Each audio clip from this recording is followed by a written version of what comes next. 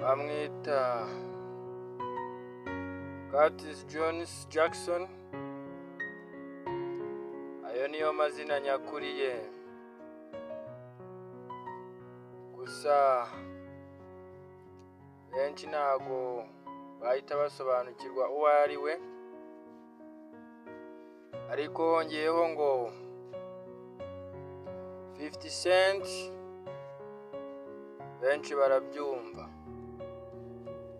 Uyu mugabo yabonye izuba tariki 6 z'ukwezi kwa karindwi 1975.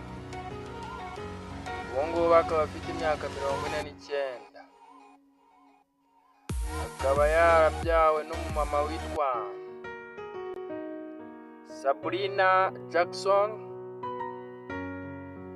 muri Leta Zunze Ubumwe za Amerika. Gusa uyu mugabo nta mahirwe menshi yagize yo kubana n'umubyeyi we, kuko mama w'umubyara yaje kwitaba Imana 50 Cent afite imyaka 8 gusa, mu gihe mama we yaje kwitaba Imana afite imyaka 23. Byari bibabaje, gusa burya ngo bajya bavuga icyo uzaba nawe kijya. Byabujije uyu mugabo gustragoringa hasoringa ibibazo, gusa ku iherezo yiza koroha. 50 Cent yatangiye kariyeri ye y'umuhanzi mu bihumbi 2000 mu njyana ya rap, aho yagiye muri studio cyangwa se ahantu wenda bavuga ko nyine muri record ni record yitwa Columbia Record. Minsi ya mbere byatangiye kumugora, ariko yaje kuronshinga album yiwe muri 2002. Komeza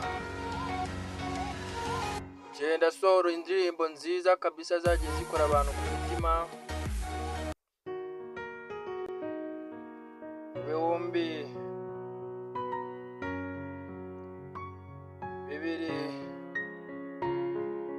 2006 nibwo yongeye gusohora album ye